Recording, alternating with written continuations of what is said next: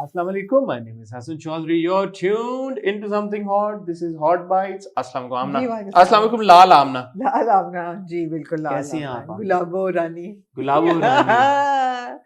नहीं आप ना ही हो गुलाबो रानी तो बेहतर है। मैंने नहीं देखी अभी अभी ऑफ कोर्स जिनको नहीं समझ आई referring to Usman Mukhtar short film जो आ गई है YouTube के ऊपर. जी हसन ये वो फिल्म है जिसने अवार्ड्स जीते इंटरनेशनली और काफी फेस्टिवल्स पे।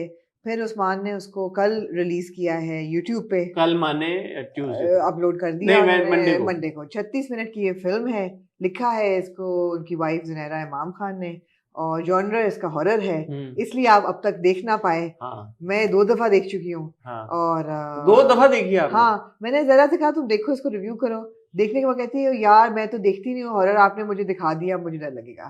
तो बहुत अच्छी बनाई हुई है। हाँ क्योंकि मुझे भेजा उस्मान ने लिंक तो मैंने बोला आपने सबको भेज दिया लिंक. हाँ आमना टोल्ड मी तो he laughed and he said कि वो not everybody is into watching horror. हाँ, So I said yes that's true. हाँ, I am also really scared. yeah. And I will watch it during the day when everybody is around. So आज कल भेजा उन्होंने रात को, आज मैं नहीं देख सका तो हम देख के तो उसको रिव्यू कर लेते हैं। हमें रिव्यू करना चाहिए क्योंकि मेरे ख्याल में बहुत अच्छी बनाई हुई फिल्म है। इसका जो स्कोर है वो बहुत इफेक्टिव है और इसमें वो शॉक्स नहीं है जैसे कहते हैं ना एकदम कुछ हो गया, ऐसा नहीं है। It's very eerie, it's there is a lot of suspense and it's a true story. और क्योंकि मेरा हॉस्टल में हॉरर स्टोरी से बहुत गहरा ताल्लुक है, मुझे बहुत अच्छी लगी। आपने रिव्यू तो कर ही दिया, आपने क्या रहेगा बड़ा कुछ रहता है। आप देखेंगे तो उस्मान ने लिंक भेजा तो मैंने खोला लिंक, लेकिन वो रात का टाइम था। मैंने कहा अच्छा मैं शुरू करके देखता हूँ कि क्या हाँ, ये कितना होगा। लेकिन उसके 1.5 मिनट तक व्यूअर डिस्क्रेशन जब चली ना, मैंने कहा यार बंद करो इसको अभी, इसको दिन के टाइम। और बड़ा मुझे अच्छा लगा क्योंकि उसके शुरू में मल्टीपल उन्होंने टाइम्स आपको बताया कि यार फ्लैशिंग इमेजेस हैं, फिर और चीजें हैं उसमें। तो उन्होंने और ये भी कहा कि it's based on true events but this is you know a work of fiction. जी। तो any resemblance to anything, any living person or whatever or an incident is purely coincident. ऐसा ही है। तो मुझे बड़ा इंटरेस्टिंग लगी ये बात। मैंने कहा कि okay if it's based on true events yet it is like fictional, तो मैं इंट्रीग हुआ। बट वो जब वो व्यूअर डिस्क्रेशन चला तो मैंने कहा बस भाई, मैंने कहा होल्ड इट, अभी रात हो रही है, अभी आई कांट वॉच इट, दिन के टाइम पे देखूंगा। So I will watch it and maybe we can review it in the hot review. We should, because मैं इससे इनकरेज हुई हूं कि मैं ऑल्सो देखूं हॉरर। Well done. हां, समथिंग हॉट पे हम चलाएंगे, है ना? हाँ आप देखेंगे लेकिन रात को 12 बजे। मैं क्यों मैं होपफुली सेट पे होऊंगा तो मुझे इतना डर नहीं लगेगा जब मेरे सामने बनी होगी चीज। जैसे हम गए थे, आपको याद है नीली के सेट पे, वो तो घर ही बड़ा एरी था यार, वो तो बड़ा खतरनाक था। वैसे वो असल में वो आपको लगा होगा कि मजाक कर रहे थे हम लोग वीडियो में, लेकिन वो असल में सेट के ऊपर आपको महसूस होता था, कोई प्रेजेंस फील होती थी आपको। क्रेजी सीन जी, ऐसा ही है। ये था जी आज का बियॉन्ड बॉर्डर्स। और क्या आमना चल रहा है? क्या हाल है आपका? अल्हम्दुलिल्लाह। होपफुली इंशाल्लाह ताला जब हम आपसे अब अगली बार मिलेंगे तो रमजान शुरू हो चुका होगा। होपफुली क्या इंशाल्लाह रमजान हो सकता है कल ही पहला रोजा हो। हाँ तो जुम्मे को, हम तो जुम्मे को मिलेंगे ना आपको। नहीं, हम जुमेरात को भी मिल सकते हैं क्योंकि मैंने आमना को रिक्वेस्ट किया आज हम ऑन द स्पॉट रिकॉर्ड करके कर ही लें। तो हो सकता है कि फिर जब हम आपको ऑन द स्पॉट के साथ मिलें तो रमजान शुरू हो चुका हो। तो आप सब लोगों को पेशगी रमजान मुबारक हो। ऑब्वियसली उस वीडियो में भी हम आपको रमजान की मुबारकबाद देंगे। तो क्योंकि आज हम इकट्ठा हुए हैं हॉट बाइट्स के लिए, और एक आमना जी हम पिछले एक हफ्ते से बात कर रहे हैं, मुख्तलिफ रमजान ड्रामों के टीजर्स आ रहे हैं, ट्रेलर्स आ रहे हैं, आपने भी देखे, मैंने भी देखे, हमारी ऑडियंस ने भी देखे। उसके ऊपर एक इनिशियल हम बात तो कर चुके हैं, but in the larger scheme of things ये जो रमजान ड्रामे हैं, रमजान ट्रांसमिशन है, हम हर साल इनके ऊपर एक अपनी हॉट बाइट से एक अपना तज्जिया, एक पॉइंट ऑफ व्यू प्रेजेंट हम कर नहीं चुके काफी दफा ये तज्जिया। इस बार डिफरेंट है ना। अच्छा, आपके ड्रामे 2 ड्रामे आपके बना रहा है, हम टीवी बना रहे हैं, 2 ड्रामे आपके जियो बना रहा है। Then of course you know there are your usual Ramzan transmissions, but जैसे फाद मुस्तफा अपना करते हैं, जीतो पाकिस्तान लीग, इसी तरह एक्सप्रेस पे शेरियार मुनव्वर अपनी एक लीग कर रहे हैं। तो ये जो सारा एक रमजान के इर्द गिर्द, रमजान की ट्रांसमिशंस के इर्द गिर्द एक इंटरेस्ट है प्रोड्यूसर्स का, टीवी चैनल्स का, ऑडियंस का, वो कैसे इवॉल्व कर रहा है आपके हिसाब से? हमने पिछले 3-4 जो रमजान है उनके स्पेसिफिकली हमने बड़े इंटरेस्ट से ड्रामों को भी देखा, ट्रांसमिशंस को भी कुछ हद तक फॉलो किया, बात भी की। तो आपके ख्याल में ये ट्रेंड किस तरफ जा रहा है? ठीक है। और इस साल में क्या चीजें आपको लगता है कि मुख्तलिफ होंगी और आने वाले सालों में उनका क्या इम्पैक्ट होगा। तो ये मुझे लगा कि एक थोड़ी सी हम डिस्कशन करें। और कुछ वाकयात हुए हैं जिनके ऊपर अगर आप बात करना चाहें तो हम बात कर सकते हैं। जी बिल्कुल। माहिरा खान और अनवर मकसूद साहब का एक सेशन हुआ आर्ट्स काउंसिल में जी, जिसके ऊपर अजीब सा कुछ मैंने देखा कमेंट्स। मैंने पूरा सेशन माजरत के साथ नहीं सुना, जो सोशल मीडिया के ऊपर 2-3 क्लिप्स थी। मैंने पहले 5 मिनट के अलावा पूरा देखा था। अच्छा। लाइव जब वो हो रहा था उसी वक्त मैंने देखा, बिकॉज दे वर क्या लाइव गेव ट्रांसमिशन चल रही थी उनकी लाइव, बिल्कुल। तो मैंने वो देखा। कहाँ पे चल रही थी लाइव? फेसबुक पे, उनके पेज पे, उनके फेसबुक पेज पे चल रही थी, मैंने देखा। और जाहिर बात है there is a lot to be said about it, we can't say all of it, but controversy बन गई उसके बाद, because it became very politically charged controversy बन गई, बिकॉज मायरा ने भी 1-2 बातें ऐसी की और अनवर मकसूद ने भी 1-2 बातें ऐसी की जिससे लगा कि वो थोड़े रेसिस्ट हैं, ये थोड़ी प्रो पीटीआई हैं। तो लोगों तो एविडेंटली पीटीआई प्रो पीटीआई, तो जिन लोगों को जो नहीं है प्रो पीटीआई उन्होंने उनके खिलाफ बातें की, और जिन लोगों को उनकी थोड़ी सी बातें अच्छी नहीं लगी अनवर मकसूद साहब की, उन्होंने उनको जरा सा किया। फरहान सईद ने कहा कि शर्म आनी चाहिए लोगों को कि अब लोग इंसान बोल भी नहीं सकता। कोई सेनेटर थे, उन्होंने अपडेटली ट्वीट किया तो उसके रिएक्शन। तो आपके पास है ये मवाद डेटा? नहीं, इतना ही है बस। क्या मतलब? यही है वो सेनेटर। नहीं, कंट्रोवर्सी एक्चुअली हुई क्या, मुझे तो नहीं पता चला। अच्छा, मैं आपको बताता हूं। आप मुझे बताइएगा कि कंट्रोवर्सी क्या हुई। और पिछले हफ्ते एक फाद मुस्तफा का जो शो है फोर्थ एम्पायर, काफी पॉपुलर रहा ये पीएसएल के दौरान। उसमें नदीम बेग साहब आए और नदीम बेग साहब से जब फाद मुस्तफा ने सवाल पूछे कुछ अदाकारों के बारे में, तो उन्होंने नाम लिए, किन के नाम लिए, उसके ऊपर फिर क्या हुआ। फिर उन अदाकारों ने, उनमें से एक अदाकारा ने अपने इंस्टाग्राम पे एक पोस्ट भी लगाई उनको एड्रेस करके। इतना मैं सस्पेंस बिल्ड करूँ, ऑब्वियसली उर्वा की बात हो रही है, सबको पता ही है। उन्होंने कहा कि जी स्टेप्स को लेके कौन आपको ज्यादा तंग करता है सेट पे, उन्होंने नाम बताया कि किन एक्ट्रेस के नखरे ज्यादा होते हैं। तो उन्होंने उर्वा का नाम लिया, तो उसके ऊपर उर्वा ने एक पोस्ट लगाई। आपका ओपिनियन उसके ऊपर भी हम चाहेंगे, तज्जिया लेना चाहिए, सीनियर तज्जियाकार आमना इसानी का तज्जिया हम लेंगे। तो फिलहाल ये 3 टॉपिक्स हमारे दिमाग में है during the course of this hot bytes. अगर कुछ और डेवलपमेंट हो गई और हमारे जो कॉरेस्पॉन्डेंट्स है हेलो उन्होंने हमें कुछ अपडेट कर दिया है या कोई और हमारे जहन में आ गई बात, तो उसके ऊपर भी बात कर लेंगे। मेरा आमना यही है, कहीं नहीं जा रहा, आपको मिलते हैं बहुत ही छोटी सी टाइल ब्रेक की बात।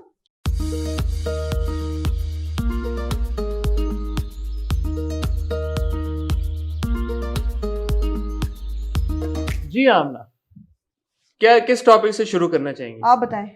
पहले आप अनवर मकसूद साहब और माहिरा खान साहबा की एक टॉक हुई उनकी, an evening with Mahira Khan है गालिबन, कुछ ऐसा ही था जी। अहमद शाह साहब जो हैं उसके chairman of arts council Pakistan, उन्होंने ऑर्गेनाइज की थी।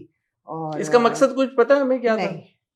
नहीं, इसका मकसद नहीं पता। I guess to get people into the arts council to sit and talk. करते हैं, आर्ट्स काउंसिल में बहुत सारी चीजें होती रहती हैं, इवेंट्स, टॉक्स, डिस्कशंस होती रहती हैं जो कि होनी भी चाहिए, बहुत जरूरी है। जी, जब मैंने लगाया, और जब मैं आपको सही बताऊं, वैसे छोटी सी बात है, जब मैंने लगाया और मैं देखा कि अनवर मकसूद साहब बैठे हुए हैं और लेजेंड है हमारे, और बहुत उनकी रिस्पेक्ट है, और जबरदस्त वो प्रोग्रामिंग करते रहे, बड़ा जबरदस्त उनका सेंस ऑफ ह्यूमर है। लेकिन जब मैंने उनको देखा तो मैंने कहा काश ऐसा हो कि मैं भी कोई ऐसा प्रोग्राम होस्ट करूं आर्ट्स काउंसिल में, you know, it would be so nice to have an audience and to do it. Anyway, तो इट वाज अ कन्वर्सेशन। तो शाह साहब से बात करते हैं, समथिंग हॉट का हम कुछ करते हैं ना वहां पे, है ना, हमें करना चाहिए, हम करते हैं शाह साहब ji. I would love to do these sessions with people, but Anwar Maqsood साहब जो थे वो, he was not interviewing Mahira, it was more of a conversation, discussion थी। और उसमें उन्होंने बार-बार ये कहा कि मुझ पे पाबंदी है बात करने की। ऑब्वियसली पाबंदी थी कि पॉलिटिकल डिस्कशन आप नहीं करेंगे, पाबंदी थी कि कुछ लोगों के बारे में आप बिल्कुल तंज़ ताना नहीं करेंगे, और वो बार-बार कहते रहे कि मुझ पे पाबंदी है। तो पता चल जाए सियासी बात ताकि लोगों को पता चल जाए कि this is why I am not doing any सियासी बात। लेकिन he took a dig at everything and he was very cute about Mahira's Punjabi in Maula Jatt. उन्होंने कहा इतनी अगर आपने मेहनत जर्मन सीखने में की होती तो आप फर बोल रही होती आज, saying that you know it wasn't the best. And फिर आप किस पार्टी को सपोर्ट करती हैं? तो माहिरा थोड़ी स्क्वर्म उन्होंने किया हल्का, तो उन्होंने कहा मैं पठान को सपोर्ट करती हूँ, which could actually be Imran Khan और Shahrukh Khan. Yeah, so his film, Pathaan. Yeah, exactly. I think people got it. Yeah. So ऐसी बातें होती रही, और तो जाहिर बात है जो लोग सुन रहे थे उन्होंने फिर पठान वाली बात को भी, माहिरा को भी क्रिटिसिज्म आई कि oh you know supporting Imran Khan, but she is quite vocal about it, so what was the surprise.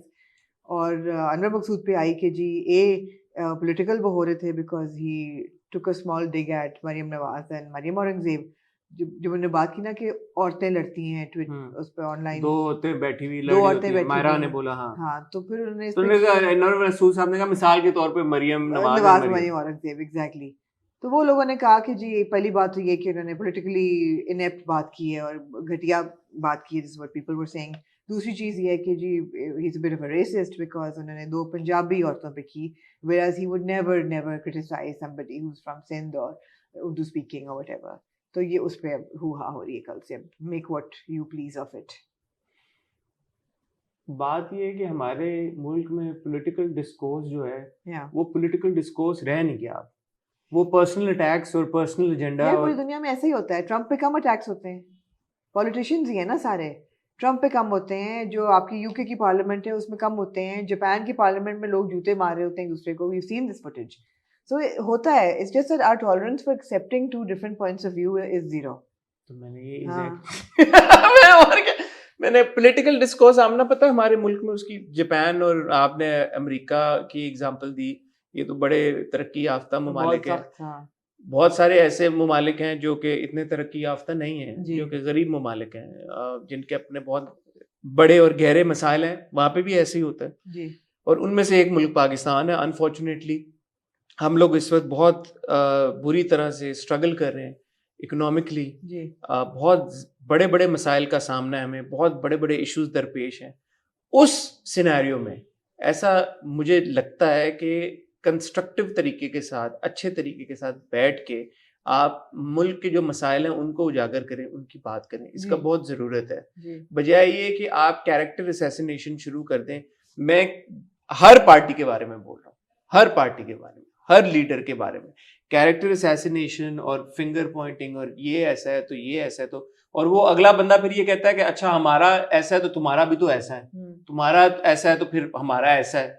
तो मतलब बात ये हो जाती है कि पाकिस्तान कहाँ है इस पूरी कॉन्वर्सेशन, पाकिस्तान के जो मसाइल हैं वो कहाँ है। हमने पिछली बार भी एक बात की कि यार के पूरी स्टेट मशीनरी इस वक्त उसका पूरा फोकस ये है यार कि एक बंदे को हम जेल में डाल दें और इलेक्शन ना होने दें, जेल में डाल दें एक बंदे को, इलेक्शन होने ना दें, जो भी है एक बंदे को आपने पूरा फोकस पूरे मुल्क को इस बत्ती के पीछे लगाया है। ये कोई बात की तुक बनती है जब आपका मुल्क इतने ज्यादा मुश्किल हालात से गुजरा हो। पेट्रोल आपका महंगा हो गया, आटा आपका महंगा हो गया रमजान से 2 दिन पहले। आपके जो गरीब अवाम है उनको ना मेडिकल केयर मिल रही है, ना उनको एजुकेशन मिल रही है, ना उनको पब्लिक ट्रांसपोर्ट मिल रही है, कुछ भी नहीं मिल रहा उनको। यार आपके टीवी चैनल आप खोल के देख लें एंड मैं तो देखता ही नहीं हूँ टीवी चैनल अपने, हमारे न्यूज चैनल, बट आप कोई भी news channel at any given point in time देख लें, या ट्विटर के ऊपर जिन आप पब्लिकेशन को, न्यूज पब्लिकेशन को फॉलो करते हैं, क्या खबर होती है पूरे दिन की टॉप की। XYZ के ऊपर वारंट है, XYZ का वारंट कैंसिल हो गया, XYZ को हो गया, XYZ के घर का गिराव हो गया, XYZ का ही हो गया। Man, is there only one person left in the country जिसको आपने जेल में डालना है, या इस कंट्री के मुल्क के और मसाइल खत्म हो गए हैं इस मुल्क के? और anyway it's a political discussion. What I am trying to get at is कि यार कि अगर इस बीच में 2 लोग बैठ के पॉलिटिकल डिस्कोर्स कर रहे हैं तो इतनी तो आपकी एक एपेटाइट होनी चाहिए ना कि आप उसको हजम कर सकें। नहीं, और political discourse after the whole 1 hour conversation was maybe 2 or 3 minutes only. इसके अलावा उन्होंने हर किस्म की बात की, ड्रामों की बात की, फिल्मों की बात की, मौला जट की बात की, नीलोफर की बात की, उन्होंने सारी बातें। हाँ, तो वो लोग सुनते तो है नहीं ना, वही पिक हो जाती है चीजें। मैं वही कह रही हूँ, फाइन, नॉन इश्यूज हैं रियली। एक इस बीच में जो है वो, मैं तो खैर मैं नहीं जिक्र करना चाहूंगा, वो कोई सेनेटर साहब ने कोई ट्वीट की, फिर फरहान ने उसको उस ट्वीट को रिप्लाई किया। इतनी अटेंशन मेरे ख्याल में फरहान को भी उन्होंने, क्योंकि फरहान बहुत बड़े स्टार हैं, जब वो किसी को रिप्लाई करते हैं उसकी खबर बन जाती है। तो मेरी तो नजर से ये ट्वीट गुजरी भी नहीं थी, बट बाद में मैंने देखा तो उसके ऊपर मिलियन से ज्यादा व्यूज थे ट्वीट के ऊपर।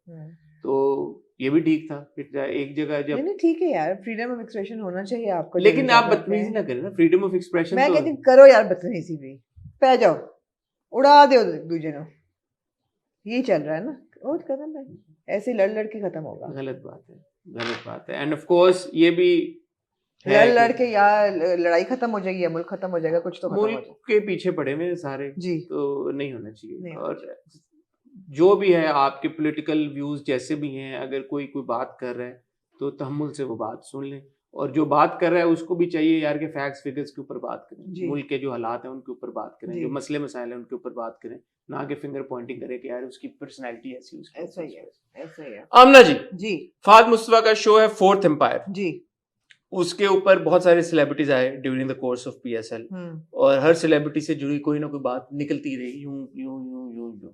नदीम बेग साहब आए फाद मुस्तफा के शो पे, उनके साथ थे नबील कुरैशी। तो वो एक उनका सेगमेंट होता है जहाँ पे वो क्रिकेट बैट पकड़ा देते हैं और बॉल हो रही होती है और फिर उनसे वो 2 4 5 6 सवाल पूछते हैं। ऐसा ही है। तो फाद मुस्तफा ने जब नदीम बेग से पूछा कि यार के सेट के ऊपर इनमें से किन एक्ट्रेस का, किन लड़कियों का नखरा ज्यादा है, उन्होंने 3 ऑप्शन दिए, उसमें महविश याद, उर्वा हुसैन, कुबरा खान।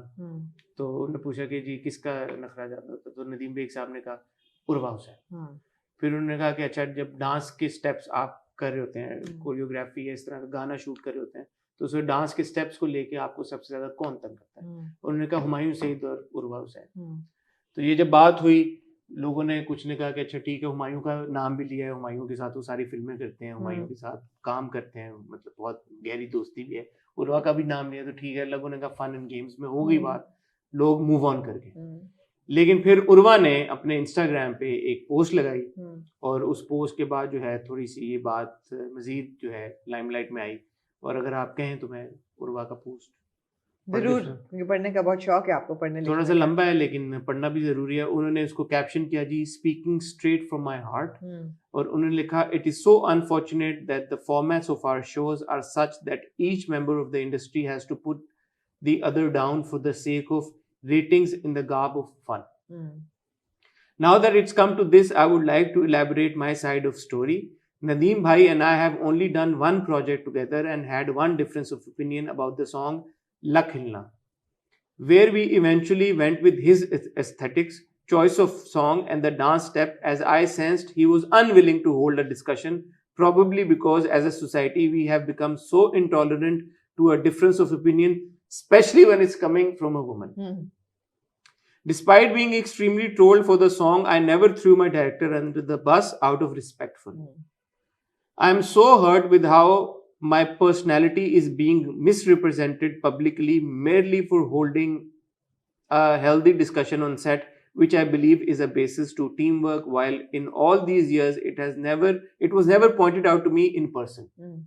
ये बात समझ गए आप? कि वो ये कह रही है कि समझ गई सर, मैं मुझे आ गई समझ। क्या कह रही है वो इस बात की? ये जो उन्होंने बात की है, while in all these years it was never pointed out to me in person, इसका क्या? उन्होंने मुझे तो कभी नहीं कहा। वो कह रही है कि ये पब्लिक में बात हो रही इस तरह की, मुझे किसी ने आगे नहीं बोला कि मैं उन्होंने या किसी और ने कभी नहीं कहा कि यार आप इजी हो जाए, थोड़ा डिफिकल्ट हो रही है। ठीक है, और ये वो कह रही है कि ये मिसरिप्रेजेंटेशन मेरी इसलिए हो रही है just because I want a healthy discussion on set, कि यार ये कर लेते हैं, अगर कोई शॉर्ट है तो मैं अपनी इनपुट उस पर देती हूँ, तो उसके बाद मुझे ये कहा जाता है कि मैं डिफिकल्ट टू वर्क विद हूँ। ठीक है, I must admit some of it is my fault, as when I started working and all through my initial years, I was only wise enough to know that voicing one's creative ideas, inputs is what one is supposed to do as a team. Today, I am wiser not to be at a workplace where I sense regressive and repulsive behavior towards having an idea input and where one's voice is impulsively dismissed as a woman. This may leave one with a few work options in our small industry, but I'd rather be my true authentic self, as I don't know another way to be. I think life for actors is hard enough by being in the public and so prone to unnecessary trolling at all times. How nice would it be if our dear colleagues didn't play a part in instigating the audience further to target a certain individual? It's hurtful and malicious. I really hope this makes everyone understand that these games can actually be harmful for someone's mental health and well-being. Let's take it easy on everyone. Let's celebrate and encourage other's work and respect and motivate the good in each other while we still can. Life is too short and all one is left with is regrets when it's too late. #say no to bullying. सिर्फ एक card नहीं play किया और one street में, religious card, बाकी उन्होंने थोड़ा थोड़ा औरत कार्ड भी प्ले करा, उन्होंने मेंटल हेल्थ भी प्ले कर लिया, उन्होंने से नो टू बुलिंग भी कर लिया। कार्ड प्ले किया। मेरा मतलब है ये सब कुछ बोलिया ही तो सब कुछ उन्होंने डाल दिया अपने इस ट्वीट में। जी क्या कहना चाहिए यार? मैं कहना चाहूंगी कि वो जहाँ तक उनकी प्रॉब्लम है इस बिहेवियर से जो इन टॉक शोज पे हो रहा है, अब I agree with her. I think they are really substandard and I think the line of questioning is really bad and not to say that you know lampooning नहीं होती TV पे या roasting नहीं होती shows में, होती है, जरूर होती है। But the thing is that हमारे ये जो टॉक शोज हैं खासतौर पे those that are hosted by celebrities, उनका एक सिंगुलर पर्पस, खास तौर पे दोज होस्टेड बाय सेलिब्रिटीज। मैं कहा यार आप पे नाना बात आ जाए और तो आप भी नहीं, आप नहीं, उनका सिंगल मकसद ये होता है कि यार कोई ऐसी बात करो जिसपे हेडलाइन बन जाए, कंट्रोवर्सी बन जाए, वो सब्जेक्ट ट्रेंड करना शुरू कर दे। Why ask a question about another artist? Now people keep referring to Karan Johar's show कि कॉफी विद करण पे जी ये फॉर्मेट शुरू हुआ था, उसके बाद हर बंदे ने बड़े सगीर में ये शुरू कर दिया। फर्क ये था मेरे भाइयों और बहनों कि करण जौहर का उन सब एक्टर्स के साथ एक बहुत बहुत गहरा पर्सनल रिश्ता है। He has grown up with this entire fraternity. He has grown up with everybody who has come to his show. They have personal jokes between them that they are comfortable talking to him about. Still not to say that all of them were tasteful, but there was a reason that people were finding it okay. नहीं, ये मुझे आपकी बात समझ में नहीं आई। क्या? क्योंकि करण जौहर का अगर उनके साथ रिश्ता था या जो भी था, बट करण जौहर अगर उनसे एक दूसरे के बारे में सवाल पूछते तो जरूरी तो नहीं कि जो गेस्ट हैं उनकी भी आपस में, वही कहना कि बहुत बड़े बड़े फड्डे हुए हैं। सनम और सनम कह रहा हूँ, सोनम कपूर और अनुष्का आई थी जब साथ में। नहीं, सोनम कपूर के साथ कौन आया था जब रणबीर के बारे में उन्होंने बात की थी और बड़ा फड्डा बन गया था। मैं ये कह रही हूँ ना कि तब भी उन्होंने लाइंस क्रॉस की है। सोनम और दीपिका आई थी साथ में, आई थी, कुछ ना कुछ होता था। बट जब आप एक आर्टिस्ट को उसके बारे में बातें पूछेंगे, अगर वो बात करना चाहता है पर्सनली, तो उसका रिलेशनशिप है आपके साथ, राइट? इतना तो मानते हैं ना यार। मैंने जो अपनी मेरे टॉक शो में लोगों ने आगे जब मैं इस तरह के सवाल, उन्होंने कहा जी मैं हमने नहीं देने जवाब। हाँ बिल्कुल, एग्जैक्टली। क्या कर लेगा, खत्म हो गई बात। यार उन्होंने कर लिया। अब किसी से आपने पूछा, किसी ने जवाब दिया तो क्या आप करें? बात यही है कि करण जौहर के साथ कुछ लोगों की रिलेशनशिप होगी, जिनकी नहीं, उन्होंने शोर मचाया, और जो बात बुरी है वो फिर भी बुरी है। तो एक आर्टिस्ट को लेके उसको पूछना कि जी रेट करें 3 एक्ट्रेसेस को या 3 एक्टर्स को, या सेट पे सबसे मुश्किल कौन था, या खाता कौन था ज्यादा, या सोता कौन था, या लेट कौन आता था सबसे ज्यादा सेट पे। These are not nice questions to ask. क्या पूछें यार? काम की बात कर रहे हैं, काम की बात करें। मैं रोज जो है ना, I watch all the late night shows जो निकलते हैं यूएस चैनल्स पे। आप जिमी किमल आप भी देखते हैं, जिमी फैलन भी हम देखते हैं, और भी बेतहाशा है। मैं पहले एलन बहुत शौक से देखती थी, ओपरा। एलन लिटरली वो तस्वीरें चला के कहती थी, who would you want to like go on a date? That's tongue in cheek. She's never putting anybody down. What? She's never putting anybody down. Choose कर ही रहे हैं ना आप। हाँ, but she's never putting anybody down. ये क्या बात? Tone का बड़ा फर्क होता है। टोन का बहुत फर्क होता है। या टोन का बहुत फर्क। तो इसमें फाद मुसा ने क्या बोला था कि सेट पे किसके नखरे ज्यादा, टोन में क्या है इसमें, और कैसे पूछें इस बात? एक डायरेक्टर आए हैं भाई, डायरेक्टर से आप पूछते हैं यार कि who gives you a tough time. यार ये पूछना कि 2 एक्टर्स में से आपको हॉट कौन ज्यादा लगता है, और ये पूछना कि प्रॉब्लमैटिक दोनों में से कौन ज्यादा है, बड़ा फर्क है इन 2 सवालों में। कम ऑन यार, कम ऑन। नहीं, सेट पे नखरे कौन दिखाता है? मैं आपको ये कह रही हूँ ना कि ये that's what he was asking कि प्रॉब्लमैटिक कौन है ज्यादा। बट टोन, अगर प्रॉब्लमैटिक पूछते तो वो टोन का होता ना। नहीं, this is just a bad question. कि ये ना पूछें कि सेट पे कौन टफ टाइम देता है। This is a bad question. Although हमारे कल्चर में तो अगर ये भी पूछते कि आपको लगता है हॉट कौन है दोनों में से, ये भी बुराई हो जाता है। It's about the culture, right? It's about the culture that you are addressing. तो मुझे एक बात बताएं, पूछें।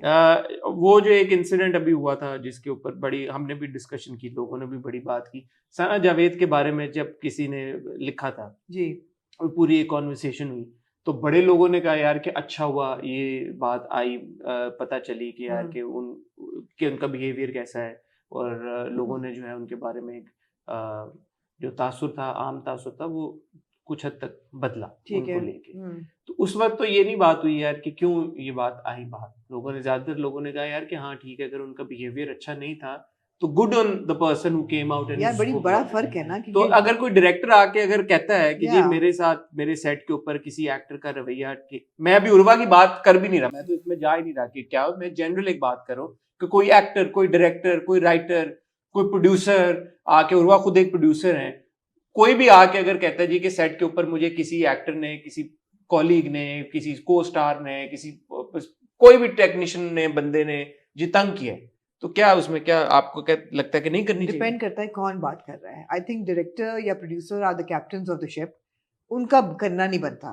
दे need to have that muscle कि वो सेट पे कंट्रोल करें बैड बिहेवियर, और अगर कोई बहुत ही लाइन क्रॉस कर रहा है तो आइंदा उसके साथ काम ना करें। जो अगर आपकी जूनियर स्टाफ है या सपोर्टिंग स्टाफ है या टेक्नीशियंस हैं, उनके साथ बुरा हो रहा है, they need to know where to go and complain, which is the director and producer, right? और अगर ऐसा है कि डायरेक्टर प्रोड्यूसर नहीं आपकी बात सुन रहे, तो फिर आपका पूरा हक है यार, हक तो आपका इन एनी केस है कि आप पब्लिकली बोलें, नेम एंड शेम करेंगे, यार मेरे साथ ये हुआ है। आप मुझे बताएं कोई ड्रामा सेट ऐसा है जिसपे खबर ना हो कि जी फलाना हैज मिसबिहेव्ड और फलाना इज सवाल ही नहीं पैदा होता, या फलानी दो लोगों की लड़ाई हुई और again I don't think this is specific to the Pakistani drama or television or film industry. We are privy to that information. I'm just saying कि it's not like कि Hollywood में बहुत बड़े-बड़े feuds हैं जो हमें पता है. Recently प्रियंका चोपड़ा का इंटरव्यू था, I think Vanity Fair या Vogue में, I don't know. उन्होंने कहा कि मुझे बॉडी शेम किया गया था, and I was told by my stylist that you're not sample sized. उनका जो स्टाइलिस्ट था, एक्स स्टाइलिस्ट, जबकि उसको नेम भी नहीं किया था, he came and clarified that we have never had this discussion. I am the last person to body shame anybody and this is incorrect. उसने अपना क्लियर कर दिया है। तो ये हर जगह होता है, हर जगह होता है। अब आपको पता है फास्ट एंड फ्यूरियस में दोनों का, विन डीजल का और ड्वेन जॉनसन का बहुत एक फड्डा रहा है, जिसके बारे में ठीक है पब्लिकली शायद पब्लिकली भी कोई हुआ है, उनकी कोई इंटरेक्शन में कोई इस तरह का चक्कर हुआ था, but everybody knows about it. And there are many feuds, other feuds between actors जिनका आपको पता है कि यार आपको याद होगा तो विल स्मिथ ने तो थप्पड़ मार दिया था मतलब तो ये कोई अनहोनी बात नहीं है पाकिस्तान में, अनहोनी बात नहीं है, but I always believe and this is what we have been taught that industries stick together, you stick together with your people and you support your people. ये तो बैड बिहेवियर की ना बात करें फिर नहीं, इस तरह नहीं यार, शो पे मजाक उड़ाते हुए, क्रिकेट खेलते हुए नहीं। अगेन मैं ये नहीं कह रहा कि नदीम बेग साहब ने उर्वा के बारे में जो बात की वो सही थी, मैं वैसे एक बात नहीं, आई एम हैप्पी कि उनको सवाल जो पूछा गया उन्होंने ऑनेस्टली जो उनके जहन में था उन्होंने जवाब दे दिया, उन्हें जवाब दे दिया। आपको लगता है कि ऐसा भी हो सकता है उन्होंने शुगल में बात की होगी यार कि अच्छा सेट पे कोई करता हो, क्योंकि उन्होंने हुमायूं सईद का भी नाम लिया, हुमायूं सईद तो दे लाइक, अब वही रिलेशनशिप का फर्क आ गया ना, हुमायूं के साथ है उनकी एक दोस्ती, हुमायूं उनको पता नहीं बुरा मनाएंगे, उनको पता है उर्वा मनाएंगी, उनको कैसे पता उर्वा बनाएंगी यार? उर्वा अब मुझे क्या पता उनकी और उर्वा की कैसे नहीं, मगर उर्वा को जितने लोग जानते हैं उनको पता है that she takes herself very seriously and she wouldn't like this. Really? क्या? You wouldn't know. मैं नहीं चाहता कि उन्होंने लिखा कि मेंटल हेल्थ और बुलिंग और वो सारी चीजें, तो हम तो मेंटल हेल्थ बुली नहीं तो कर रहे हैं, ये ना हो कि वो यार कोई मुश्किल ही कोई ऐसा एक्टर है पाकिस्तान में मासवा कुछ के जिनको किसी ने कहा हो कि ये they are easy to work with. Generally they are difficult people to work with, all of them. हाँ. So I mean, it's no, there are some people who are very good to work with. मैंने कहा barring a few. Not a few, quite some people. A lot of people. नहीं मैं अब क्या, मैं जिनके साथ मेरा, मैं क्या बोलूँगा इसके ऊपर, बड़े बहुत सारे एक्टर्स हैं जो बहुत अच्छे भी हैं सेट के ऊपर जो वो करते हैं। अगेन मैं नहीं कह रहा कि कौन बुरा है या कौन अच्छा है, बट मैं ये कह रहा हूँ कि देखिए अगर कोई आके, हमेशा मैं एक बात करता हूँ कि वन वे और दी अदर अगर कोई ओपिनियन दे रहा है तो उसके ओपिनियन की, उसकी बात को सुन लेना चाहिए। अगर नदीम बेग साहब ने कोई बहुत आके बैठ के लंबी चौड़ी कोई डिस्कशन की होती, कोई चीज़ कही होती, तो मैं बोलता यार ठीक है, ये नामुनासिब बात थी, उनको नहीं करनी चाहिए। उनसे एक सवाल पूछा यार सेट पे कौन टफ टाइम देता है, 3 ऑप्शन, तो उन्होंने एक नाम बता दिया, ठीक है बता दिया। थोड़ा सा हम सबको भी यार थोड़ा सा ईजी हो जाना चाहिए, मुझे ऐसा लगता है कुछ मामलात में। Of course, goes without saying. हाँ, क्योंकि उर्वा का जो नोट था ना आगे से, उन्होंने उसको जिस तरह से मुझे वो लगी बात कि उन्होंने कहा जी कि इंसिनुएट करने की ये कोशिश की कि because she is a woman, तो जब वो सेट के ऊपर कोई अपना पॉइंट ऑफ व्यू प्रेजेंट करती है तो उन्होंने यही कहा है कि वो जो है सुना नहीं जाता, तो इस वजह से उनको डिफिकल्ट समझा जाता है। तो आई थिंक ये एक्चुअली नदीम बेग के ऊपर बहुत बड़ा इल्जाम फिर उर्वा ने लगा दिया, अगर आप देखें तो कि यार क्या नदीम बेग ऐसे हैं कि सेट के ऊपर जो उनके फीमेल एक्टर्स होते हैं उनकी वो रिस्पेक्ट नहीं करते उनके ओपिनियन की। ये बात कर दी ना कि मुझे तो नदीम बेग को फिर क्लैरिफाई करनी चाहिए। As a woman that I wasn't heard, उन्होंने ये भी कहा कि दिस इज बुलिंग। हाँ, और उन्होंने कहा से नो टू बुलिंग, तो इसका ये मतलब हो गया कि ये बुलिंग भी है। तो फिर ये, और उन्होंने कहा यार ये मेंटल हेल्थ के लिए और वेलबींग के लिए सही नहीं है, तो ये तो बहुत ज्यादा फिर जो है सीरियस एक तरह से उन्होंने इस बात को लिया। अगेन फरहान सईद आजकल बहुत एक्टिव है ऑनलाइन। अच्छी बात ये थी इस सब में कि उन्होंने बहुत सपोर्ट किया उर्वा को, और उन्होंने कहा तू शाहीन है बसेरा कर पहाड़ों की चट्टानों। जी बिल्कुल। और मावरा ने भी बड़ा अच्छा कमेंट किया नीचे, तो 2-3 और सेलिब्रिटीज हैं उन्होंने भी उस पे रिएक्ट किया। तो देखिए इन चीजों से डिविजन्स बनती हैं इंडस्ट्री में, बात यही है। किन चीजों से? इन पॉलिटिक्स से। मैं तो आपको हमेशा कहता हूँ, आप कहती हैं कि यार everybody is one, United front from one, ऐसा नहीं होता ना रियलिस्ट, असल जिंदगी में तो ऐसा नहीं होता। हाँ। आपके इवन फैमिली में लोगों के इख्तलाफ होते हैं आपस में, नई बातें बनती। But you don't wash your dirty linen in public ना। तो किसी ने क्या बहुत, मैं अगेन कह रहा हूँ टॉक शो में 6 सवाल डर्टी हो जाता है ना भाई। अब उन्होंने एक बात की और उन्होंने 3 बातें उनको आगे से और सुनाई, तो बदमज़गी तो हो गई ना। हाँ। तो उर्वा का पहले आई थी खलील रहमान कमर साहब का भी कोई इस तरह का वाकया था, उन्होंने कहा जी मुझे गोलियां खानी पड़ी हैं, कोई इस तरह का कुछ हुआ था, याद है होगा आपको? हाँ, बिल्कुल। उस वक्त Urwa maintained dignified silence for some time, और बाद में उन्होंने बताया कि जी वो क्लियर हो गई थी, बात सारी हो गई थी। तो ठीक है, क्या ठीक है? मैं कहता हूँ यार कि ये होगा अपना टॉक शोज का एक फॉर्मेट होता है, उसमें मेरा अपना एक टॉक शो, मैं क्यों बोलूं यार, ये चीजें होती है। कोशिश ये करनी चाहिए यार कि आप अननेसेसरीली 2 लोगों के बीच में फूट या लड़ाई ना डलवाएं। बट अब जैसे मेरे उस वक्त जब शो शुरू हुआ था, उर्वा सोनिया दोनों आई थी मेरे सेट के ऊपर, और उस वक्त आपको बताया कि सोनिया ने लीगल नोटिस सर्व किया हुआ था उर्वा को। तो क्या अब मैं उनसे सवाल ना पूछता, ये क्या करना चाहिए था? या अगर सोनिया आई मेरे शो पे तो मैं उनसे ना पूछता कि इस तरह, वो तो सीरियस मैटर है। सीरियस मैटर है। तो फिर आप where do you draw that line कि जहाँ पे आप बोलेंगे यार ये सवाल आप कर सकते हैं, ये वाला आप ना करें। अगर आप सीरियस बैठ के गुफ्तगू कर रहे हैं उसमें आप करें। अगर आप क्रिकेट खेलते हुए फ्लिपेंटली पूछ रहे हैं सवाल मजाक के लिए, मैं तो कहती हूँ तब भी करें। I don't know Hasan, I really don't know, it depends how the other person is going to take it. हाँ, so ऐसा हो सकता है कि यार कि मजाक में भी कोई बात कर रहा है, किसी को बुरी लग जाए। हाँ, हो सकता है कि देखने वाले को मुझे एक बात बुरी लग रही हो, आपको अच्छी लग रही हो। ऐसा हुआ था कि आपने ये क्लिप पहले देखा हो उर्वा के, जो उर्वा ने अपना स्टेटमेंट दिया उससे? नहीं। आपने क्लिप देखा था? नहीं। नदीम बेग वाला नहीं देखा? नहीं। अच्छा एक सेकंड मैं आपको दिखाता हूँ। A few moments later. जी 2 सवाल उन्होंने पूछे and I like to correct myself. उन्होंने जो 3 ऑप्शन दिए थे, उन्होंने आयजा खान, महविश याद और उर्वा हुसैन के दिए थे पहले सवाल में कि इनमें से सेट के ऊपर किसका नखरा ज्यादा है। तो उन्होंने कहा उर्वा हुसैन, और फिर उन्होंने दूसरा सवाल पूछा कि इन डांस में आपके रोने कौन निकाल देता था, खून के आंसू कौन निकलवा देता, गौहर रशीद, हुमायूं सईद या उर्वा हुसैन। अब अगर सवाल देखा जाए इस तरह से, जिस पे मैं आप समझता हूँ कि जो कि नामुनासिब बात है, दोनों सवालों में एक ही नाम कॉमन था, उर्वा का, और लिया भी नदीम साहब ने वही। तो लिया भी नदीम साहब ने।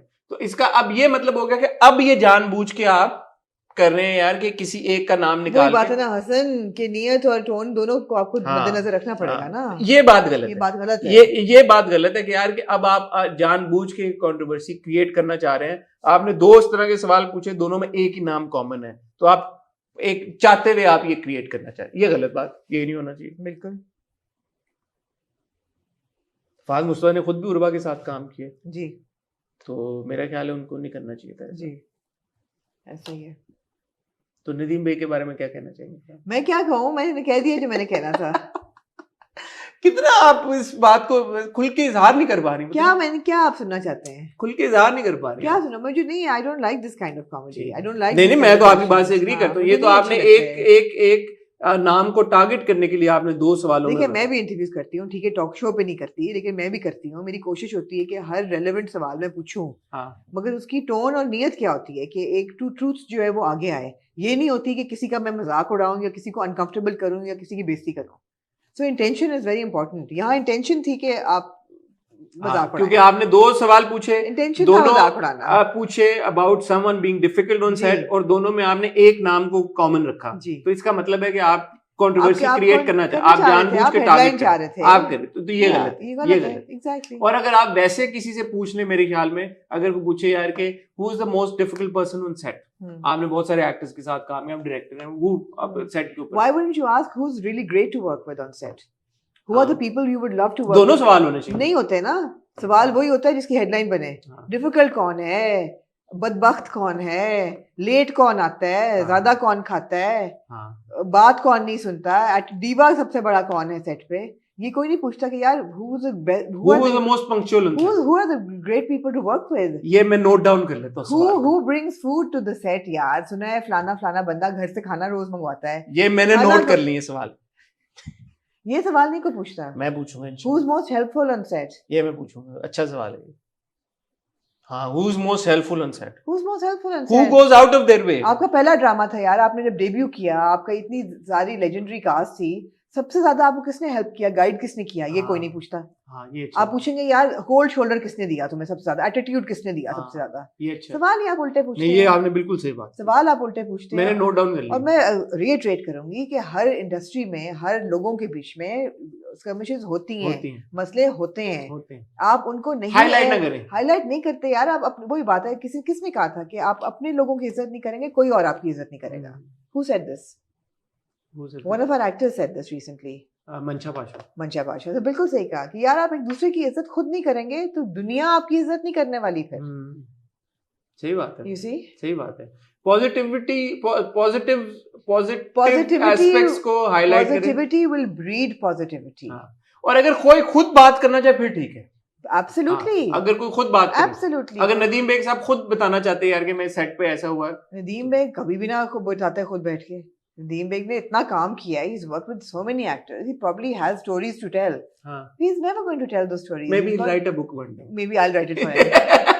But the thing is that, you know, when you throw a question like that, everybody wants to be flippant and funny. अच्छा, ये तो अब हमने डिस्कस कर लिया यार कि ये सवाल ही गलत थी, दोनों सवाल की गुंजाइश नहीं बनती थी, क्योंकि आपने एक पर्टिकुलर नाम को यही बात हमने की थी विद समी खान प्रोग्राम। हाँ, कि सवाल ही गलत है यार, सवाल की टोन गलत है, दोनों सवाल गलत थे कि आपने एक पर्टिकुलर नाम को टारगेट करने के लिए दो सवाल पूछे।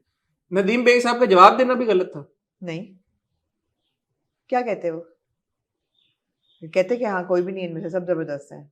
जैसे अक्सर यासिर हुसैन कहते हैं ना कि भाई सवाल अगर पूछता है कोई तो क्या जवाब ना दे, मिर्चें खाएं ना दे। कहते आप थे सबसे मुश्किल, मजाक उड़ाते।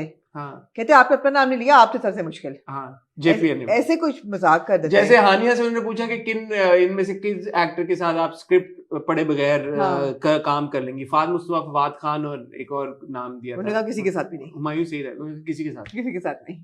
फाद मुस्तफा खुश हो रहे, कहा वेल डन, बहुत अच्छा है ये सब कह के। तो सही है। हाँ, नदीम बेग कुछ चाहिए थोड़ा टंग इन चीक होते हैं, कहते आप थे सबसे डिफिकल्ट, आपने अपना नाम तो लिया नहीं। हाँ, वो शायद ऑनेस्ट हो गए। I don't know. But वही बात है ना, you throw the one person under the bus whose name you've taken twice. ठीक है, ओके जी। टॉक शोज को चाहिए कि वो ऐसे फॉर्मेट्स क्रिएट करें जिसमें मजा शुगर लो, बट किसी और को पुट डाउन किए बगैर, और जहाँ पे जायज सवाल बनते हैं, कोई कंट्रोवर्सी हुई है, कोई किसी का कोई टेक है, किसी ने खुद कोई बात किया, उसके ऊपर तो मेरे ख्याल में जायज है सवाल पूछना। अगर कोई किसी ने कुछ लिखा है, किसी ने कुछ किया है, Absolutely. और उसके ऊपर आप उनसे सवाल पूछ रहे हैं, पब्लिक नॉलेज है, तो वो जायज है। बिल्कुल। फाइनली आमना जी, रमजान ट्रांसमिशन 2023 जी, ऑब्वियसली आप बताएं कौन सा सन है हिजरी? 1449 नहीं, 44. I was close. Are you close? You are. 40, impressed, yeah. 44. 49 नहीं, 44?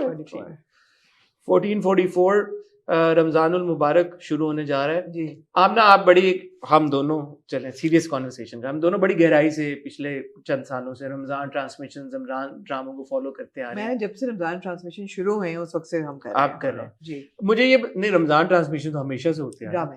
हाँ, ड्रामे तो सुनो चंदा से लेकिन उससे पहले भी रमजान में अपेरेंटली हमारे व्यूवर्स बताते हैं कि कुछ साल पहले और भी ड्रामे थे जो बनते थे रमजान जी, बट पिछले 4 साल से तो हम देख ही रहे हैं। आमना, आप देख रही हैं कि कोई एक सर्टेन ट्रेंड फॉलो हो रहा है, एक ही पटरी के ऊपर चले जा रहे हैं, कुछ इनोवेशन हो रही है, कैसे देखती हैं आप रमजान ट्रांसमिशंस को? मेरे ख्याल में ट्रेंड यही है कि its light hearted content and it's quick content जिसमें लोग एंगेज रहे without any focal point of a story, if that makes any sense. कि ऐसा नहीं है कि आपने हर हफ्ते बैठ के किस देखनी है, आपने रोज देखना है, तो it's got a bit of a sitcom attitude, you know, quick and funny, that's the trend. ऐसा नहीं है कि कोई बहुत ग्राउंड ब्रेकिंग स्टोरी टेलिंग है जिसमें आपको सस्पेंस है कि एंड क्या होगा, या ट्रेजेडी होगी या रोमांस होगा, मरेगा हीरो नहीं मरेगा। There is no tragedy, it's all feel good, so it's feel good drama. But don't you think, अभी क्योंकि हम स्पेसिफिकली रमजान ड्रामों की बात कर रहे हैं, तो अगर फील गुड या कॉमेडी की हद तक अगर हम बात करें तो कितनी ही कहानियां हैं उस एम्बिट में रह के आप बता सकते हैं। और ये बात हम स्ट्रगल कर रहे थे पिछले रमजान में भी, हमने कहा यार कि बहुत ज्यादा रेपिटेशन होना शुरू हो गई है, रिपीटेटिव किरदार है। एक एल्डरली कपल होता है, उसके कुछ बच्चे होते हैं, उनके मजीद बच्चे होते हैं, उनके मजीद बच्चे होते हैं, कहीं ना कहीं कजन्स का आपस में कोई टांका होता है, जहाँ शादी होनी होती है, कहीं ना कहीं कोई वो होता है, कॉन्फ्लिक्ट होता है जिसकी वजह से शादी नहीं हो रही होती और एंड में हो जाती है। यही है ना, यही है more or less, हाँ, सबका So, इस साल आपको क्या लगता है कि जो रमजान ड्रामे आ रहे हैं उनके लिए सबसे बड़ा चैलेंज क्या होगा? एंगेज रखना। एक तो पहले ये कि हर चैनल एक ड्रामा देता था, अब 2 जो मेजर चैनल्स हैं, हम टीवी और जियो, वो 2 ड्रामे दे रहे हैं। 2 दिए हैं। हमने 2 दिए हुए हैं पहले भी। और ये सबसे बड़ा चैलेंज तो ये होगा कि आप कौन सा ड्रामा पब्लिक को हुक करेगा, यू नो, और स्टोरी को आप नया कैसे पेश कर सकते हैं। तो मेरे ख्याल है with Chand Tara the story is a bit different.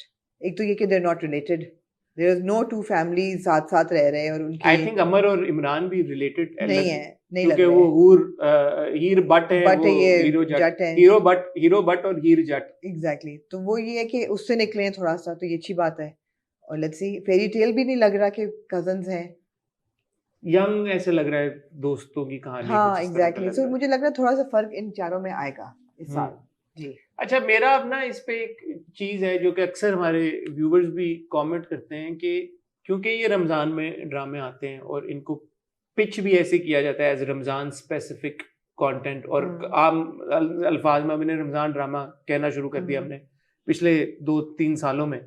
तो लेकिन इन ड्रामों की रमजान से रेलेवेंस कोई नहीं होती। इसके ऊपर आपका क्या ओपिनियन है? होनी चाहिए। मेरा ये ओपिनियन है कि अगर हो तो बहुत अच्छी बात है। एग्जाम्पल मैं आपको दूंगी क्रिसमस मूवीज का। हर साल क्रिसमस मूवीज आती हैं, उनकी एक रिकरिंग थीम होती है कि वो या रोम कॉम होती हैं या कोई Santa Claus fiction fantasy type फिल्में होती हैं, और उसमें आप देखते हैं कि हर फिल्म में बर्फ ज़रूर पड़ती है, क्रिसमस ईव ज़रूर इन्वॉल्व होती है, whether it's the pinnacle of a romance और अ मिस्ट्री और समथिंग। सो एक थोड़ा सा वो एक आपको इम्पैक्ट आता है कि जी ये क्रिसमस मूवी है, ऐसा ही है ना? बिल्कुल ऐसा। रमजान में भी थोड़ा सा कुछ होना चाहिए जो आपको ये हो कि जी ये रमजान ड्रामा है। It doesn't mean that it has to be religiously inclined और spiritually inclined, no, it just means that there needs to be something Ramzan specific. जैसे सुनो चंदा में रोजे रखते थे लोग पहले सीजन में, वो होना चाहिए कि यार एक थोड़ा सा आपको देखने वाले को रमजान का भी तो कुछ फ्लेवर आए ना। अच्छा, एक चीज जो मैंने अभी, जैसे आप बात करेंगे रमजान की जो रमजान का कंटेंट होता है, ड्रामों की हम बात करें, उसमें कोई रमजान स्पेसिफिक बातें या उस तरह की नहीं होती पिछले एटलीस्ट जो हम 2-3 सालों से देख रहे हैं। उसी से रिलेटेड मुझे एक महसूस हुआ इस बार जितने रमजान ड्रामे आए हैं वो सारे एक डांस नंबर से शुरू हुए हैं। इन आइसोलेशन देखें तो ठीक है यार, ड्रामों में ओएसटीज होते हैं, गाने होते हैं, म्यूजिक होता है, सारा कुछ होता है, बट अगेन रमजान की मुनासबत से अगर कोई ड्रामा शुरू होने जा रहा है तो मुझे ऐसा लगता है कि उसमें रमजान रिलेटेड, रमजान से रिलेटेड कोई चीजें, कोई मैसेजेस, कोई किरदार जरूर होने चाहिए, बजाय ये कि वो फोकस हटके हम ज्यादा सेलिब्रेशन की तरफ चले। आप 2 बातें कर रहे हैं। क्या बातें कर रहे हैं? आप एक बात तो ये कह रहे हैं कि जी रमजान फोकस्ड होने चाहिए ड्रामे, हाँ। और एक आप बात कह रहे हैं कि गानों से शुरू नहीं होने चाहिए। मैं कह रहा हूँ कि गानों, क्या गानों से शुरू होने चाहिए कि नहीं, आप ये पूछ रहे हैं क्या गानों से शुरू होने चाहिए रमजान स्पेसिफिक ड्रामे? हाँ, ये आप 2 बातें पूछ रहे हैं। हाँ, मैं रमजान स्पेसिफिक कंटेंट हाँ हाँ समझ गए। पहली बात तो ये कि रमजान स्पेसिफिक जो ड्रामे हैं उनमें रमजान का कोई एलिमेंट होना चाहिए, बिल्कुल होना चाहिए यार। तो ये बात का तो जवाब हो गया कि एलिमेंट ऑफ रमजान होना चाहिए कि नहीं होना चाहिए। जैसे भी आपने क्रिसमस वाली एग्जांपल दी, वो होना चाहिए बिल्कुल। दूसरी चीज है गानों से शुरू होना चाहिए कि नहीं होना चाहिए। Why not? मेरी ये सोच है कि व्हाई नॉट, हम गाने सुनना तो बंद नहीं कर देते रमजान में। मुझे नहीं पता, कई लोग करते होंगे और वो नहीं सुनेंगे, एंड दैट्स फाइन। मैं हमेशा ये बात करती हूँ हसन कि एक फ्रीडम ऑफ चॉइस होनी चाहिए। आपके एंटरटेनमेंट चैनल्स हैं, वो लोगों को एंटरटेनमेंट कर रहे हैं, एक दायरे के अंदर रह के कर रहे हैं। अभी भी बहुत लोग ऐसे हैं जो ड्रामे भी नहीं देखेंगे रमजान में, यू नो, वो कहेंगे कि नहीं हमारे लिए इबादत का महीना है, हम ड्रामे नहीं देख सकते, हम बाद में कैचअप कर लेंगे या नहीं करेंगे। नहीं, बहुत लोग हैं जो बाद में कैचअप कर लेंगे। आपके और मेरे लिए रोजी रोटी का मामला है, ड्रामे हम देखेंगे भी, उनको रिव्यू भी करेंगे, ठीक है ना, हमारा काम है। मैं गाने सुनती हूँ रमजान में, मैं इबादत भी करती हूँ, मगर मैं गाने भी सुनती हूँ, मेरे लिए कोई मसला नहीं है कि ओएसटी के साथ शुरू हुआ है। I think freedom of choice. अच्छा, मेरा वो मसला नहीं है क्योंकि मैं आपको पता ही है, मैं I am not a music buff, तो मैं तो आम जिंदगी में भी म्यूजिक ऐसा भी नहीं है वैसे जैसे आप अपने आप को पोर्ट्रे कर रहे हैं, लेकिन चलें ठीक नहीं, मैं इतना कोई खास म्यूजिक का मुझे, जैसे मैं आप आते जाते गाड़ी में, इट्स नॉट लाइक मेरी गाड़ी में गाने बज रहे होते हैं। हाँ, कोई गाना मुझे कोई सुन लिया, कोई पसंद आया हुआ है तो मैं चला लेता हूँ जरूर, कभी कभी सुनता भी हूँ। हाँ, गाना बज रहा होगा, मुझे अजान का वक्त होगा, मैं गाना बंद कर दूंगी। मैं ये बात नहीं कर रहा, मैं ये बात कर रहा हूँ जो पिछली हमारा पॉइंट था उसी की कंटिन्यूएशन में, कि जैसे आप Ramzan related themes, Ramzan related messages, Ramzan related कोई सिचुएशंस ड्रामे में होनी चाहिए, उसके मुताबिक, उसके पॉइंट ऑफ व्यू में से मैं कह रहा हूँ कि यार कि फिर उसकी जो उसको प्रेजेंट किया जाता है ना एज अ पैकेज, वो फिर प्रेजेंटेशन भी वैसी होनी चाहिए। That's all I am saying. Because अगर फॉर एग्जांपल जैसे हमने काला डोरिया की बात की, या उससे पहले जो अफान वाला और रमशा वाला ड्रामा आया था, हमने कहा बड़ा एंटरटेनिंग मजे का ड्रामा, जो किसने हमें अच्छी लगी, हमने कहा अच्छी है, ठीक है, शहनाई। और बाद में फिर वो मेरे से नहीं देखा गया, मैं काला डोरिया हमसे नहीं देखा गया, लेकिन बहुत सारे लाइट हार्टेड ड्रामे हैं, हम देखते हैं, हम एंजॉय भी करते हैं। So why box them into a certain time frame is what I am saying. So Ramzan में अगर आप कोई ड्रामा क्रिएट करना चाहते हैं तो फिर उसकी कोई रमजान के हवाले से रेलेवेंस होनी चाहिए। That's all. अच्छा, बॉक्सिंग का ये भी एक है कि आपका वर्क आवर्स कम हो जाते हैं रमजान में। 2 बजे जनरली दफातर जो है वो जल्दी बंद हो जाते हैं, लोग जल्दी घर आ जाते हैं। They have a couple of hours on their hands before iftar time. अब चॉइस होनी चाहिए ना, जो लोग इबादत करना चाहते हैं वो इबादत करें, जो उस वक्त में अपने कल रात के ड्रामे कैचअप करेंगे उनके लिए एंटरटेनमेंट होना चाहिए। These are entertainment channels. Their principle is to entertain people. And if they're providing that entertainment, it's not vulgar entertainment. It's light-hearted, good family fun. There's no harm in it. और जो जिस Ramzan transmission की हम बात कर रहे हैं वो भी चैनल्स में होती ही है। Absolutely, there is Ramzan transmission जिसमें आप दीन की बात करते हैं, जिसमें रमजान की अहमियत की बात होती है, वो भी चल रही होती है। जो गेम शोज शुरू हुए हैं उस पर भी बहुत तनकीद लोगों ने की कि कंज्यूमरिज्म बढ़ा रहे हैं, which actually defies the principle of Ramzan, right? तो ये नहीं होने चाहिए, वो भी एंटरटेनमेंट ही है। तो मतलब है कि फिर आप हर चीज बंद कर देंगे तो फिर आप बड़ा एक सोलम आपका हो जाएगा सारा। मेरे ख्याल में एंटरटेनमेंट है, चलने दें, ठीक है। लेकिन फिर भी मैं समझता हूँ कि कुछ कंटेंट रमजान ट्रांसमिशन जी से हट के समझते हैं। अच्छा, एक बड़ा इंटरेस्टिंग प्रोग्राम होता था, आई डोंट नो किस चैनल से, जिसमें वो बताते थे कि डिफरेंट इस्लामिक कंट्रीज में रोजा किस खानों से खुलता है। यार वो बड़ा मजे का प्रोग्राम था, वो भी होना चाहिए कि ट्रेडिशंस ऑफ द वर्ल्ड क्या है। यूजुअली होता ये कि एक रमजान ट्रांसमिशन के अंदर ही खानों का भी बताया जा रहा होता है, उसी में वो सारी बातें, आपकी कुकिंग शोज बताते हैं कि जी डिफरेंट अफ्तार की रेसिपीज आपको बता रहे हैं। आपके जो फूड क्रिटिक्स हैं वो बता रहे हैं कि जी आप सहूर या सहरी कहाँ कर सकते हैं मजे की, बेस्ट हलवा पूड़ी कहाँ मिलेगी, पाए खाने का। एक सेलिब्रिटी लीग हो जो कि खाना अफ्तारी अपनी अफ्तारियां करें। अब आप ये कहें कि जी ये गलत है, because Ramzan talks about abstinence and it talks about self control and discipline, it talks about detox. By the way, अगर रमजान का चांद नजर आ गया है तो एक आमना 101 मैंने किया है इसी टॉपिक पे कि रमजान क्या, what is Ramzan to me.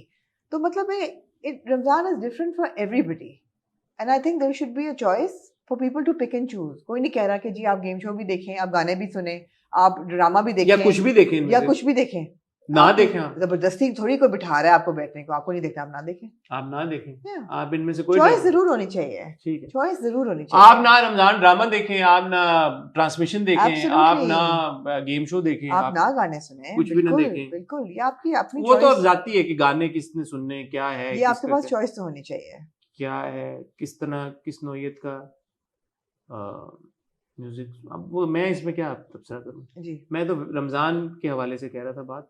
But ठीक है, थैंक यू आमना, आपने अपना ओपिनियन दिया, आपने हमें अपने तज्जिए से, बड़े इंपॉर्टेंट टॉपिक्स थे तीनों टॉपिक्स, उस पे आपने पता नहीं कोई कंक्लूसिव तज्जिया हमने निकाला। ठीक है, डिस्कशन है, जरूरी रिकैप कर दें तीनों टॉपिक्स में। पहला टॉपिक था हमारा अनवर मकसूद साहब, मायरा खान का। मेरे ख्याल में स्पेस देनी चाहिए पॉलिटिकल व्यू की। जी बिल्कुल, हमारा यही कंक्लूजन थी कि अगर किसी का कोई ओपिनियन है उसको सुने, बर्दाश्त करें, और स्पेस होनी चाहिए जहाँ लोग अपने व्यूज एक्सप्रेस कर सकें विदाउट बीइंग ट्रोल्ड। ये पहली चीज थी। सेकंड था नदीम बेग वर्सेस उर्वा हुसैन। उसमें ये था कि टॉक शोज जो होते हैं सवाल जरूर पूछें, लेकिन टोन एंड इंटेंशन दोनों बहुत अप्लाई और जानबूझ के कंट्रोवर्सी, अगर किसी ने कोई बात की है उसके ऊपर आपका कंप्लीट बहुत बड़ा इसमें हाथ जो है वो टोन और उसका है। और यहाँ पे लग नहीं रहा कि और उर्वा की स्टेटमेंट हमने कहा कि थोड़ी सी एग्जैजरेटेड, थोड़ी सी थी, अगर वो ना भी देती तो कोई हर्ज नहीं था, लेकिन उन्होंने भी काफी कार्ड प्ले किया अपनी स्टेटमेंट में, तो अपना पॉइंट जरूर वो भी प्रेजेंट कर देती, बट वो जो 3-4 उन्होंने स्पेसिफिक टर्म्स इस्तेमाल हाँ की जी, उससे और उन्होंने किए जो टर्म्स इस्तेमाल, वो आपका पॉइंट बिल्कुल सही है कि that opens up a larger discussion हाँ। जो कि होनी चाहिए। जो कि होनी चाहिए, और वो the onus now is on Nadeem Baig. I am not जी। सेइंग कि वन बैक एंड फोर्थ, आपने कहा लो बट ये हाँ, बात है, इसका sure. मतलब है कि भाई नदीम बेग के सेट के Can ऊपर we expect Mr. Nadeem Beg on the Talk Talk Show soon? well, जी no, somebody should ask him about this कि यार आपके सेट के ऊपर क्या खवातीन के ओपिनियन की कदर नहीं होती? आप और आई थिंक कि जो अदर फीमेल एक्टर्स जिन्होंने जो दूसरी फीमेल एक्टर्स हैं जिन्होंने नदीम बेग साहब के साथ काम किया, उनसे भी पूछना चाहिए, महविश याद से पूछना चाहिए, जी, कुबरा बिल्कुल। खान से पूछना चाहिए, आजा खान से पूछना चाहिए बिल्कुल कि नदीम बेग आपके ओपिनियन को नहीं रिस्पेक्ट करते। ये Absolutely. होनी चाहिए, बहुत बड़ा वो है, इल्जाम है भाई, जी बिल्कुल पूछना चाहिए पूछना जी। चाहिए, पूछना चाहिए, बात तो होनी चाहिए। जी। ये 3 आज के टॉपिक थे, और आखिरी तीसरा, टॉपिक रमजान की celebration। हमने जो डिस्कशन है उसका ये निचोड़ निकाला है कि हाँ, रमजान से रिलेटेड थीम्स, कैरेक्टर्स हाँ, जरूर होने चाहिए। रमजान का पता चलना चाहिए, रमजान ड्रामा देख के कि ये रमजान में चला था, कोई वजह होनी चाहिए इसकी। जैसे प्यारी मोना के शुरू में मैंने कहा यार ये कितना अच्छा मैसेज so wrong, कितना अच्छा मैसेज दे रहे हैं यार, बॉडी पॉजिटिविटी के ऊपर बात हो रही है, और ये कितने अच्छे तरीके के साथ ऐसा ना हुआ, लेकिन मुझे ये लगा जैसा मैंने कहा कि जो क्रिसमस फिल्म्स होती हैं उसमें या बर्फ होती है या क्रिसमस थीम होती है या Christmas Eve is like the climax of the story. अब डिफरेंट मौसम में मेरा मतलब है रमजान में कोई ना कोई एलिमेंट होना चाहिए। हाँ, होना चाहिए, रमजान का एलिमेंट होना चाहिए। कोई थीम पकड़ के, हाँ। इतनी ज्यादा चीजें हैं जिनके पकड़ के, जिनकी Of course। मैसेजेस के ऊपर जी बन सकती हैं कहानियां, तो जरूर होनी चाहिए। बाय द वे होता भी है, कुछ चैनल्स के ऊपर छोटी छोटी सीरीज चलती हैं जहाँ पे एक आधे घंटे की, 1 घंटे की कोई एक सर्टेन स्पेसिफिक स्टोरी होती है जिसको प्रेजेंट किया जाता है, तो ये होता भी है, लेकिन ऑन द लार्जर स्केल अगर हो तो ज्यादा अच्छा रिकैप किया हमने। Well done, well done proud of Hasan. मैं और आमना आपसे इंशाल्लाह उम्मीद है कल मिलेंगे विद ऑन द स्पॉट, और इन्हीं कपड़ों में, मैं तो दूसरे कपड़े लाए नहीं, आप चेंज करेंगे? जी नहीं आमना हम चेंज नहीं करेंगे, तो कल मिलेंगे, तब तक अपना ख्याल रखिएगा, दुआ में याद रखिएगा, खुदा हाफिज।